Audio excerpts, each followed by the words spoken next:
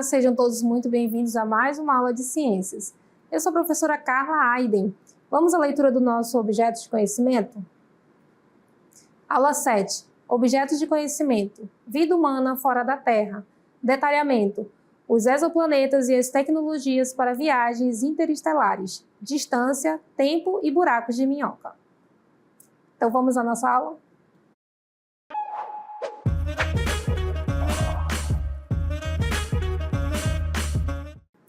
Olá, então estamos aqui nessa nave espacial. Eu convido vocês a explorar o universo em busca de exoplanetas. Você já ouviu falar sobre este termo? Exo significa fora, e planetas são justamente os corpos celestes que circundam uma estrela. Então, esses exoplanetas, eles encontram-se fora do sistema solar, na órbita de outras estrelas. Ou seja, esses planetas extrasolares são planetas que orbitam estrelas fora do sistema solar. Diferente dos planetas que orbitam o Sol, que é a nossa estrela, os exoplanetas estão localizados em sistemas planetários ao redor de outras estrelas, sejam na nossa galáxia ou em galáxias mais distantes. Então, vejam só aí na nossa cartela o conceito de exoplanetas. Então, a busca por exoplanetas, ou seja, esses planetas fora do sistema solar, nasceu da curiosidade humana em compreender o nosso lugar no universo. Desde sempre nos perguntamos se estamos sozinhos nessa vastidão que nos parece infinita e se existem outros mundos capazes de abrigar vida. Além dessa motivação filosófica, há também razões científicas. Estudar exoplanetas ajuda a entender como os sistemas planetários se formam e como eles evoluem, comparando-os com o nosso próprio sistema. Por fim, há um interesse também prático em buscar exoplanetas e vidas em outros lugares. Descobrir planetas potencialmente habitáveis pode, em algum dia, indicar possíveis destinos para a exploração ou colonização humana. Bem, durante muito tempo, se acreditava que apenas aqui, no nosso sistema solar, ele era tudo que existia, na verdade. Mas desde o século XVI, pensadores como Giordano Bruno já afirmavam que as estrelas poderiam ter ter planetas cercando outras estrelas. Mas naquela época, as tecnologias não permitiam comprovar se aquilo que ele dizia era de fato verdade. E vale lembrar que no século XVI acreditava-se que a Terra era o centro do universo. Portanto, pensar em planetas circundando outras estrelas era quase que escandaloso. Então, com o avanço da astronomia e dos instrumentos de observação, os cientistas começaram a buscar sinais mais concretos sobre a existência desses planetas para além do nosso sistema, e deram o nome deles de exoplaneta, como nós vimos ainda há pouco. Entretanto, foi somente no século XX que surgiram evidências mais sólidas sobre a existência deles. E em 98 foi observado pela primeira vez uma estrela que pudesse aí, potencialmente ter planetas que a estivessem circundando ela.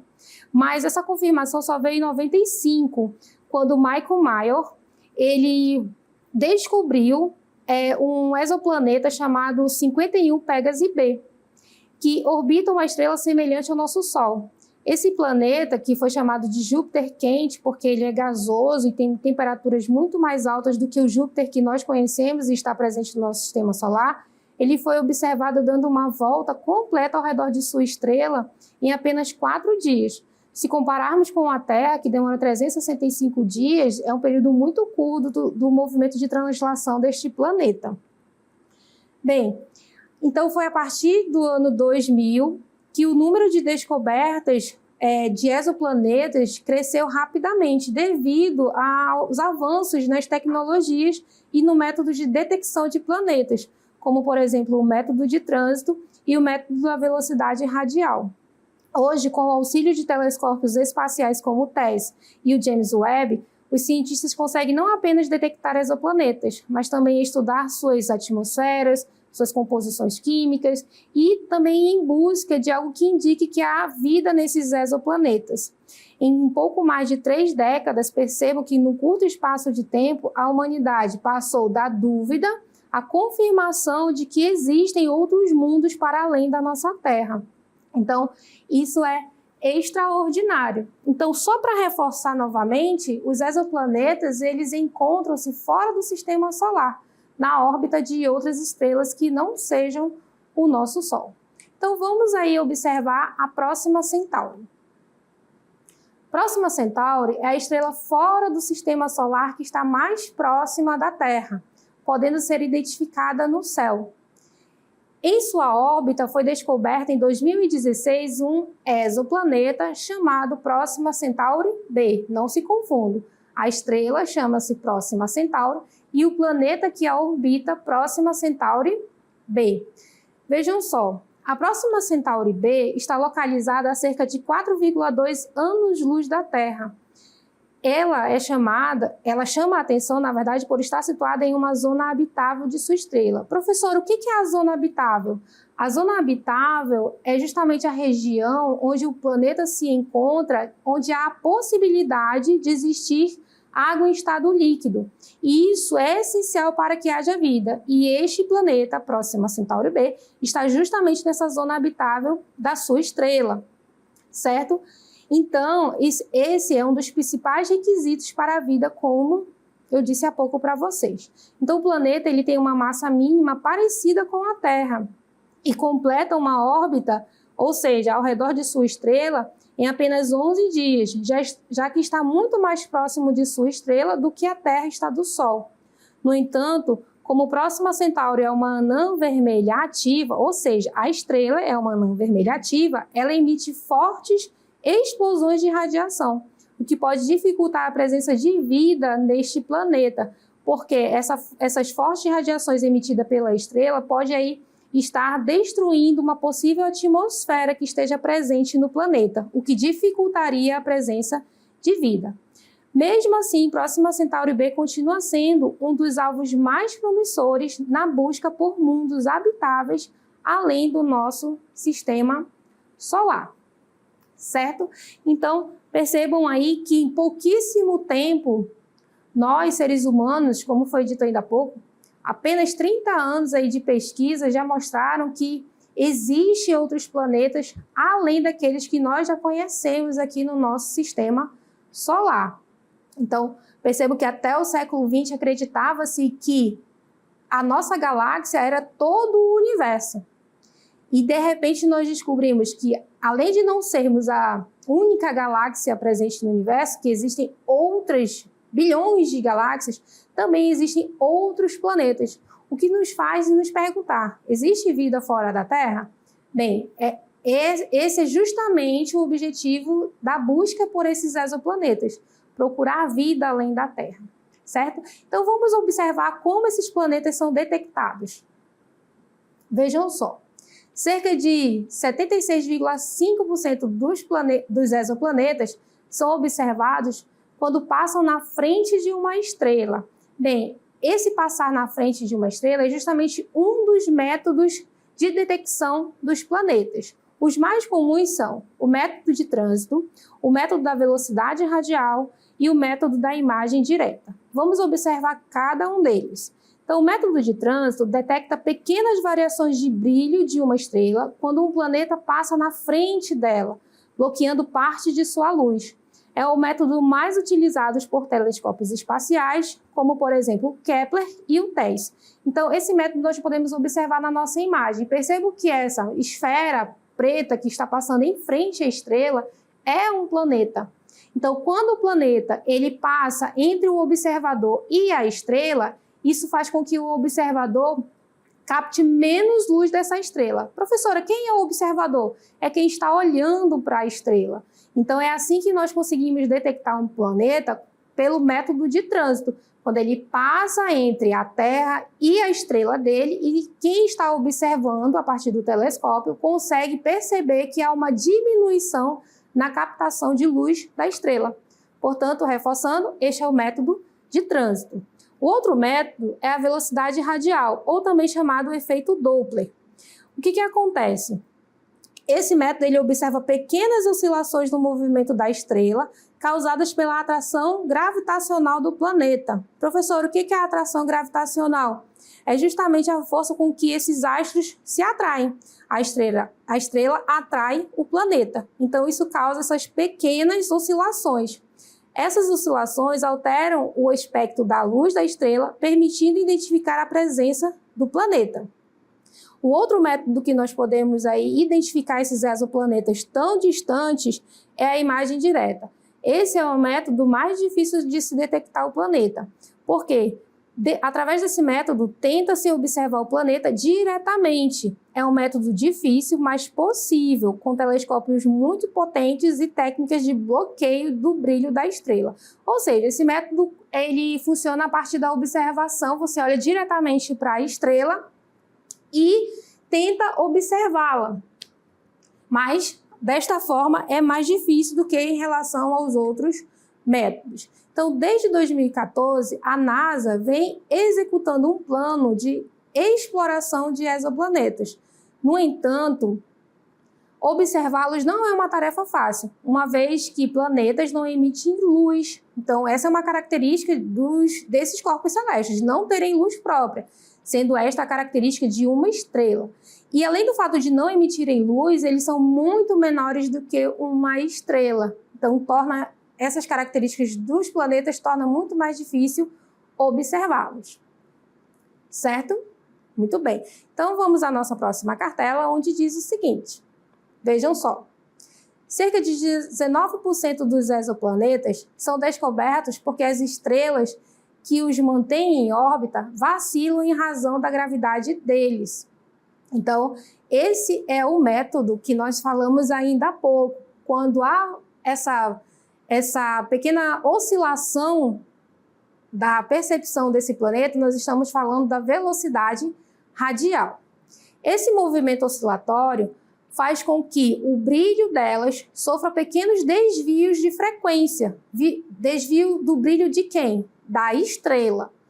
E esse desvio vai para o vermelho e para o azul. E nós, quando vai oscilando para o vermelho, nós chamamos esse efeito de redshift. Enquanto quando essa oscilação vai para o azul, nós chamamos de blue shift. Assim como acontece com as ondas sonoras em decorrência do efeito Doppler. E o que é o efeito Doppler, professora? Bem, o efeito Doppler é um fenômeno ondulatório caracterizado pela mudança do comprimento de uma onda ou da frequência de uma onda emitida por uma fonte que se movimenta em relação ao observador. Certo? Então, vamos à nossa próxima cartela. Vejam só, por volta de 2% dos exoplanetas descobertos foram detectados graças a um efeito relativístico chamado lente gravitacional. Mas o que é essa lente gravitacional, professora? Bem, a lente gravitacional é um fenômeno que acontece quando a gravidade de um objeto muito massivo, como uma galáxia ou um buraco negro, distorce o espaço ao seu redor e desvia a luz que passa perto dele, como se o espaço fosse um vidro curvo. Então, a gravidade ela funciona a partir da distorção do espaço-tempo. Então, o que é essa distorção do espaço-tempo, professora? Imagina um lençol esticado, você coloca um objeto pesado no meio desse lençol. O que vai acontecer com o lençol? Ele vai ter uma curva por conta do peso do objeto pesado que você colocou sobre ele. Então, é assim que funciona também no universo. Quando você tem um corpo muito massivo, muito pesado, como uma galáxia ou uma estrela, no ponto onde esse objeto se encontra, há uma curvatura do espaço-tempo. E é justamente essa curvatura que é observável no efeito lente gravitacional. Em outras palavras, esse objeto funciona como uma lente gigante no cosmos, ampliando ou deformando a imagem de estrelas ou galáxias que estão atrás dele.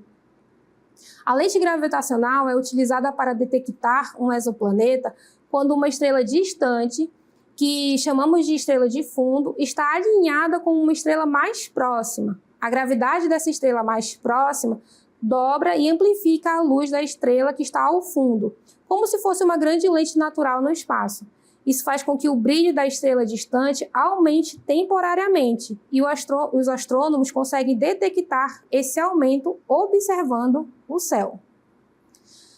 Agora, se a estrela que está servindo de lente tiver um planeta orbitando ela, o planeta também contribui com um pequeno desvio adicional na luz, produzindo um pico extra do brilho observado.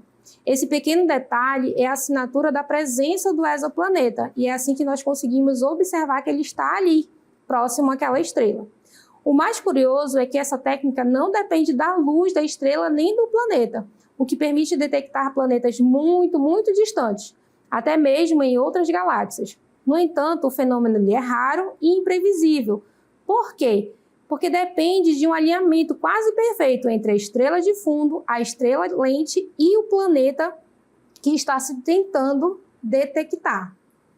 Certo? Então, percebo que há toda uma complexidade em tentar encontrar esses exoplanetas. Por que toda essa dificuldade? Devido à distância que eles se encontram em relação ao nosso próprio planeta.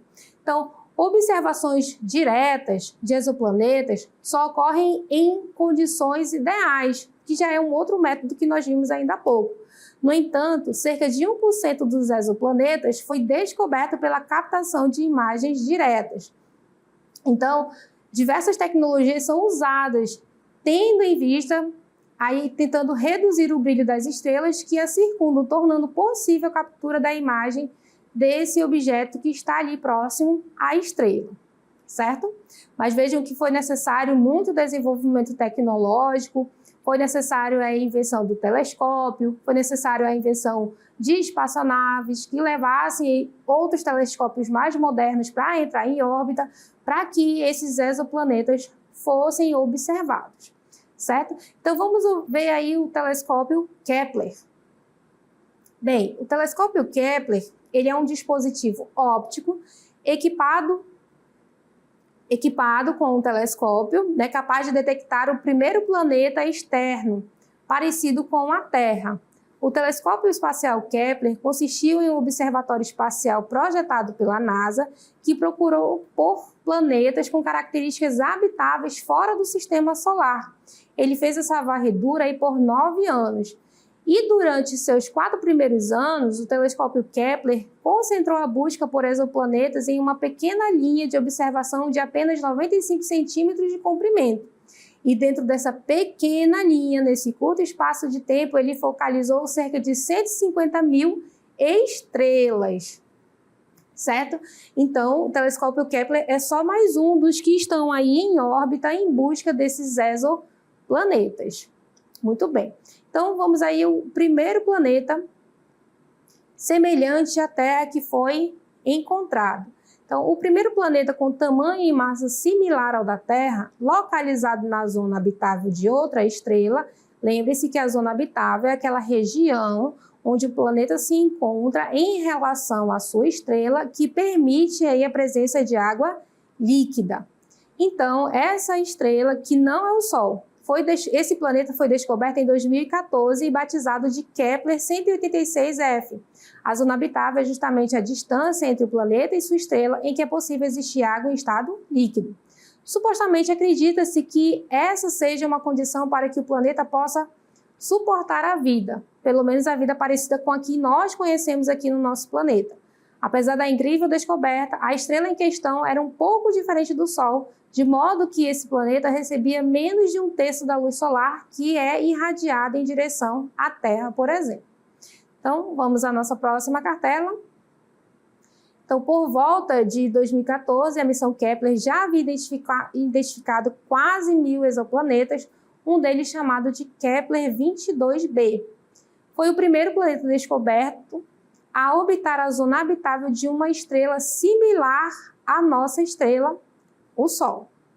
Então vejam aí que muitos exoplanetas já foram descobertos, mas para que nós possamos alcançar, para que uma pessoa possa chegar até lá, é necessário as viagens interestelares.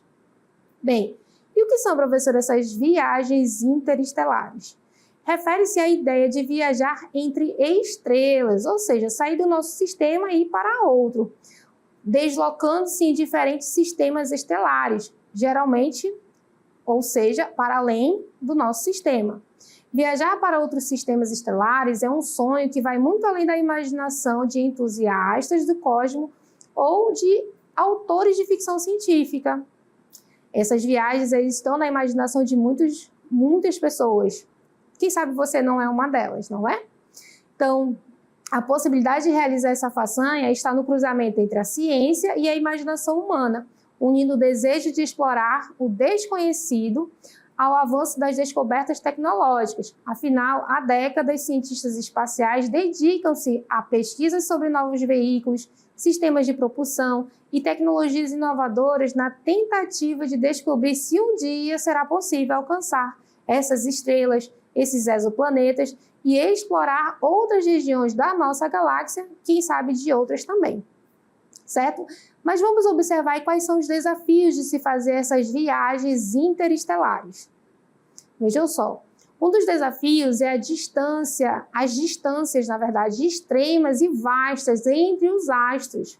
Percebam que as distâncias são tão grandes que é necessário fazer essa conta em anos-luz. E a luz é o objeto que viaja em maior velocidade no espaço. E nós hoje não temos tecnologias que nos permitam viajar em tão alta velocidade. Um outro desafio seriam as limitações tecnológicas. Como eu disse ainda há pouco, nós não temos naves nem tecnologias que nos permitam alcançar outros astros para além do nosso sistema solar.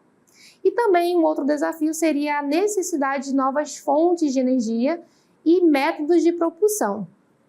Bem, a questão das fontes de energia está relacionada ao fato de que hoje a maioria das naves que nós construímos funciona a partir de painéis solares ou geradores nucleares, que produzem pouca potência e têm duração limitada.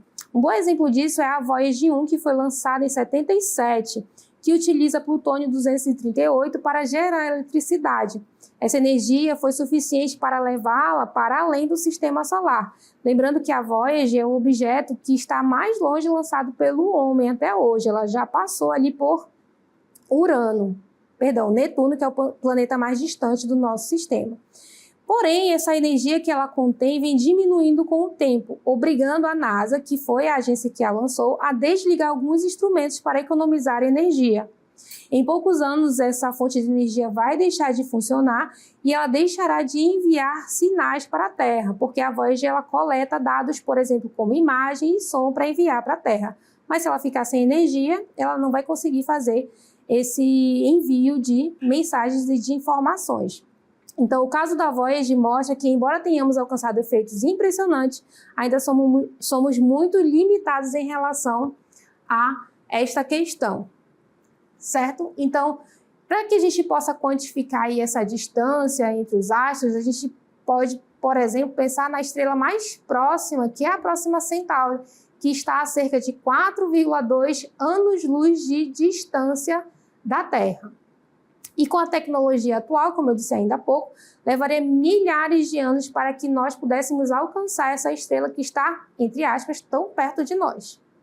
Então, qual é a importância de se fazer o estudo em relação à exploração do espaço, de outras galáxias e de exoplanetas? Bem, explorar a possibilidade de vida em outros sistemas estelares, expandir o alcance da humanidade para além do sistema solar e aprofundar nosso entendimento sobre o universo e seus mistérios.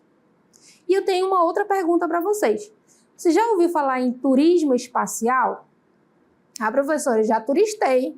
Fui lá na praia, em Fortaleza, tomei um banho de mar. Bem, eu não estou falando desse turismo dentro do nosso planeta, mas de turismo espacial, que é uma atividade que permite a civis viajarem para o espaço com fins recreativos, científicos ou de observação.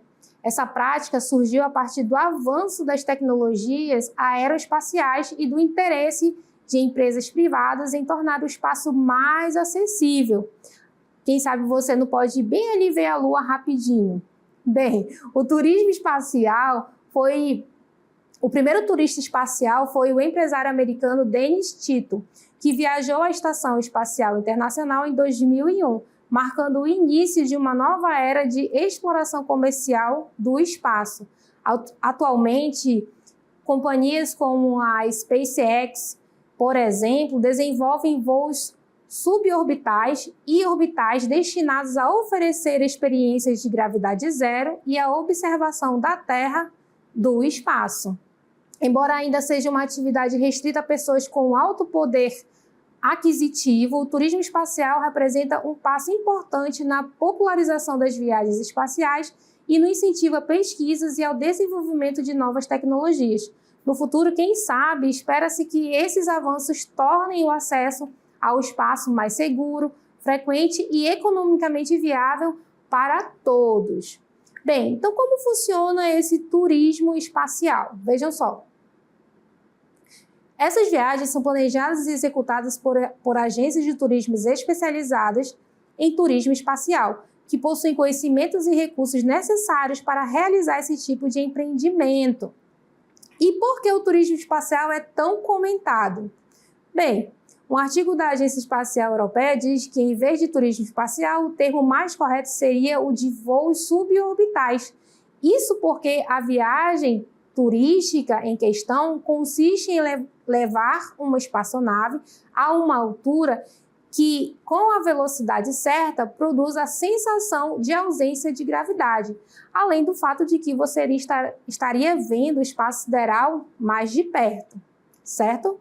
Então, vamos aos conceitos de distância e tempo no universo para que a gente possa depois pensar nessas viagens interestelares. Então, a distância dentro do universo, elas são medidas em escalas cósmicas. A distância no universo é medida em unidades muito maiores que as utilizadas na Terra. E essas unidades são em anos-luz. E qual é a velocidade que a luz percorre dentro de um ano? Cerca de 9,4 trilhões de quilômetros. Então, perceba que a gente não tem ainda a capacidade de alcançar a luz, a velocidade que a luz alcança para fazer determinados deslocamentos, certo? Bem, temos também a questão da relatividade do tempo. Segundo a teoria da relatividade de Einstein, o tempo não é absoluto e pode variar dependendo da velocidade e da gravidade. Esse conceito é fundamental para entender o comportamento do tempo em escalas cósmicas.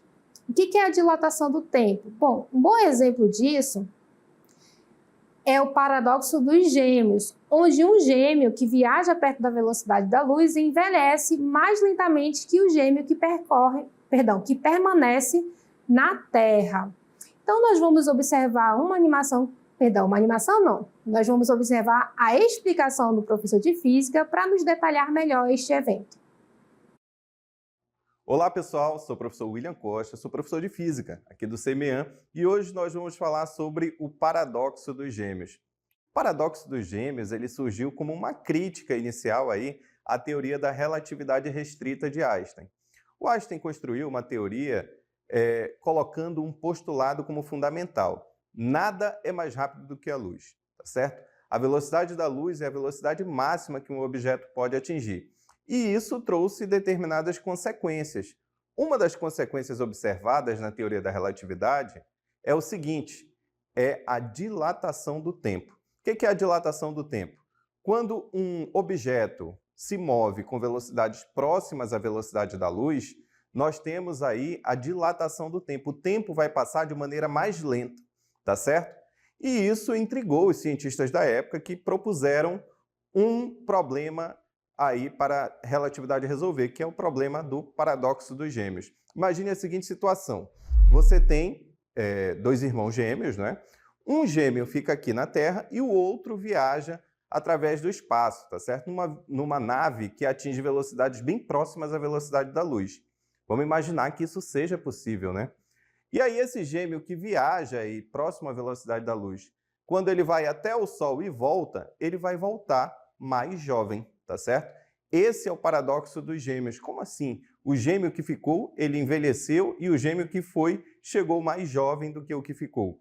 Esse é o paradoxo dos gêmeos. E como ele é solucionado? É porque o gêmeo que fez a viagem espacial, ele acabou ficando em dois referenciais. Ele experimentou duas regiões do espaço-tempo. E é assim que foi resolvido o paradoxo dos gêmeos. Bem interessante, né? Interessantíssimo. Então, mas vamos compreender aí um outro conceito, que é o conceito de buracos de minhoca. Bem, são soluções teóricas da equação da relatividade geral de Einstein que funcionam como atalho no tecido espaço-tempo, conectando dois pontos distantes. Então, você pode imaginar, por exemplo, uma folha de papel sendo o espaço-tempo. E se você pegar as pontas desse papel e dobrar, você aproximaria dois pontos distantes. Isso seria um buraco de minhoca. Bem, o buraco de minhoca ele é teórico, né? Uma questão de equação matemática teórica, mas que não é possível ainda, quem sabe, no futuro, não é mesmo? Então, o termo buraco de minhoca vem da analogia, ou seja, da comparação com uma minhoca que atravessa uma maçã, criando um atalho entre dois pontos na superfície desta maçã. Ou você pode relembrar do exemplo da professora da folha de papel. Então, essa foi a nossa aula de hoje. Até uma próxima!